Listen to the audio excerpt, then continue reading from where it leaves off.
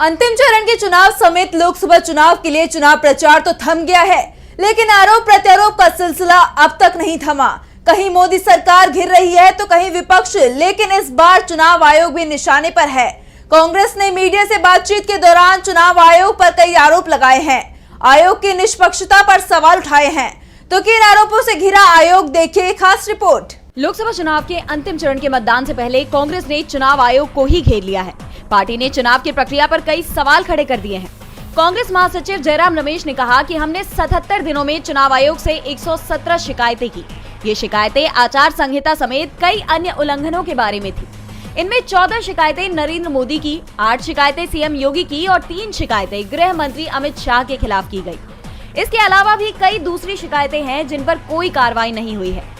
जयराम ने पीएम के खिलाफ, गृह मंत्री व बीजेपी के अन्य नेताओं के खिलाफ चुनाव आयोग की तरफ से इन शिकायतों पर कार्रवाई नहीं किए जाने पर अफसोस जताया। ये पहली बार नहीं है जब चुनाव आयोग में शिकायतों पर कार्रवाई को लेकर सवाल उठाए जा रहे हैं। विपक्ष चुनाव के शुरुआती दौर से ही आयोग पर दोहरा रवैया अपनाने के आरोप लगाते आया है। यहाँ तक कि कलकत्ता हाईकोर्ट ने भी इसे लेकर चुनाव आयोग को जोरदार फटकार लगाई थी, जिसके बाद आयोग थोड़ा सक्रिय नजर आया था। लेकिन इसके बावजूद कई ऐसे मामले भी सामने आए जहां आयोग ने चुप्पी साध ली।